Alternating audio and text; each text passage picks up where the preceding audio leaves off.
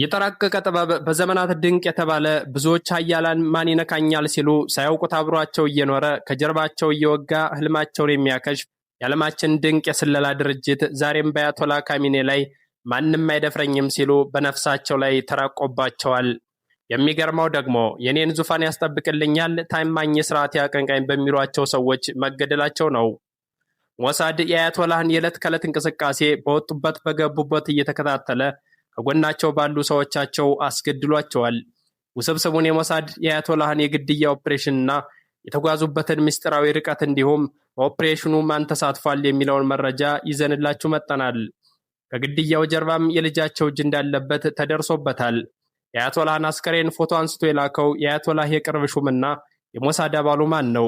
እስከ መጨረሻው ከእኛ ጋር ስቆዩ ታደምጡታላችሁ። በቅድሚያም በእስራኤል ቀዳሚነት የተጀመረው የሶስቱ ሀገራት ጦርነት አድማሱን አስፍቶ ዛሬ ሂዝቦላህ በቀጥታ ወደ ጦርነቱ መግባቷን አስመልክቶ ሌሊቱን በርካታ ቁጥር ያላቸው ሮኬቶች ወደ እስራኤል መተኮሷን ጀምራለች።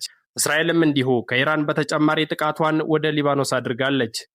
በተመሳሳይ ኢራን መጠነ ሰፊ ጥቃቷን የቀጠለች ሲሆን አሜሪካ በተለያዩ የጦር ሰፈሮቿ ጉዳት መድረሷን ተከትሎ ተጨማሪ የጦር ሰፈር እንዲፈቀድላት እንግሊዝን መጠየቋም ታውቋል። ጥያቄዋን ተቀብላ እንግሊዝ በሳይፕረስ የሚገኘውን የጦር ሰፈር ለአሜሪካ መስጠቷን ገልጻለች። ኢራንም ይህን ስትሰማ አፈሙዟን ወደ እንግሊዝ አዙራለች። እስራኤልም ዛሬ በቴል አቪቭ እና ኢየሩሳሌም ከፍተኛ ፍንዳታዎችን እያስተናገደች ነው። የአሜሪካ ዩኤስኤስ አብርሃም ሊንከን አውሮፕላን ጫኝ መርከብም መመታቷ መረጃዎች እየዘገቡ ይገኛሉ። በዚህ መሃልም ትራምፕ ኢራንን እንደራደር የሚል ሐሳብ እንዳቀረበላት እየተነገረ ይገኛል። በአሜሪካና በእስራኤል የተቀናጀ ወታደራዊ ጥቃት ዕለተ ቅዳሜ በኢራን ላይ መፈጸሙ ይታወቃል። የጦርነቱ መጀመር ገና 24 ሳይሞላው የመካከለኛው ምስራቅ ተጽዕኖ ፈጣሪ ታላቁ መሪ መገደላቸው ዜና ተበሰረ።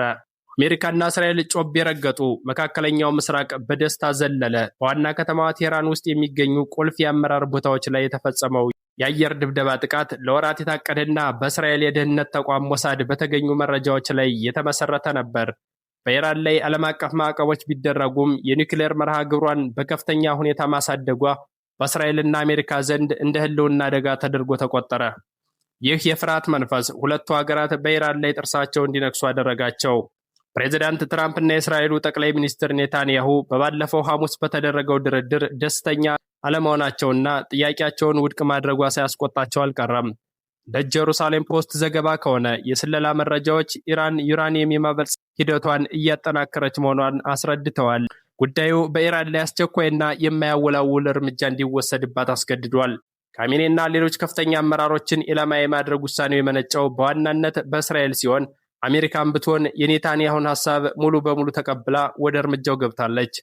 የጥቃቱ ዘመቻ ዝግጅት የተጀመረው ከጥቂት ቀናት በፊት ሲሆን በፔንታጎን በእስራኤል መከላከያ ሰራዊትና በደህንነት ተቋማቸው መካከል ከፍተኛ ቅንጅት ተደርጎበታል። አሜሪካና እስራኤል በጥቃት ዘመቻው የራሳቸው የተለየ ድርሻ ነበራቸው።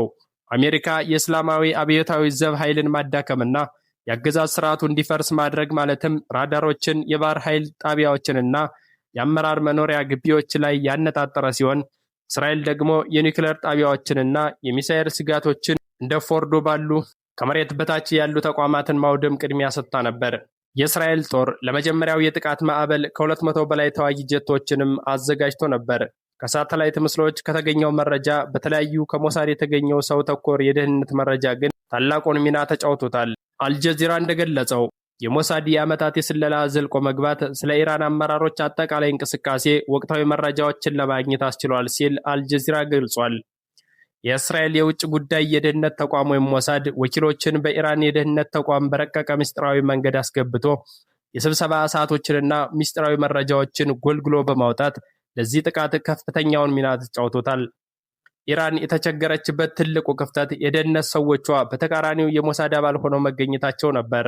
ጥቃቱ ከመፈጸሙ በፊት በነበሩበት ወሳኝ ጊዜያት ሰላዮቹ አሊ ካሚኔ በአመራር መኖሪያ ግቢ ውስጥ በሚገኘው ቢሮአቸው ውስጥ መደበኛ ስራቸውን እየሰሩ እንደነበረም አረጋግጠዋል።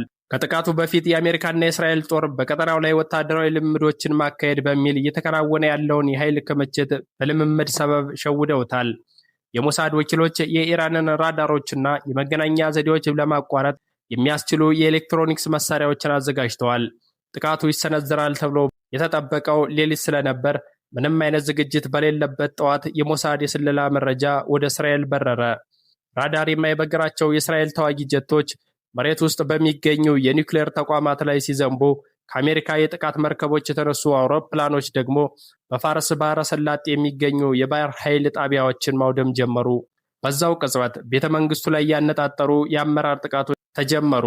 ከሞሳድ በተገኘው ትክክለኛ መረጃ ታግዘው የተተኮሱ ቦምቦች የመሬት ውስጥ ምሽጎችን የመደርመስ አቅም አላቸው። ወደ መኖሪያ ግቢው ተወረወሩ። ኢላማቸው ትክክል ነበር። በመደበኛ ስራቸው ላይ የነበሩ አሊ ኻሜኒ የጥቃቱ ሰለባ ሆኑ።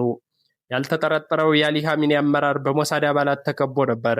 ለዚህም ነው የእስራኤልና የአሜሪካ የጥቃት ዘመቻ ኢላማውን የመታው።